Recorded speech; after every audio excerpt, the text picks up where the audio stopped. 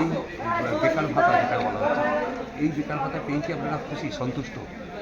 সন্তুষ্ট, একটু সন্তুষ্ট বলতে পারেন। হাত খরচাটা শুধু চলছে, কিন্তু চাকরির ব্যবস্থা করলে সব থেকে বেশি সুবিধা হয়।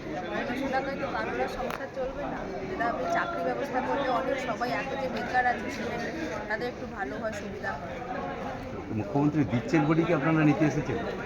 হ্যাঁ, এবার লক্ষ্মীকে কেউ কি পায়ে করে ঢিলবে? কিছু এখন কাজের নেই, যা হাত খরচা চলে।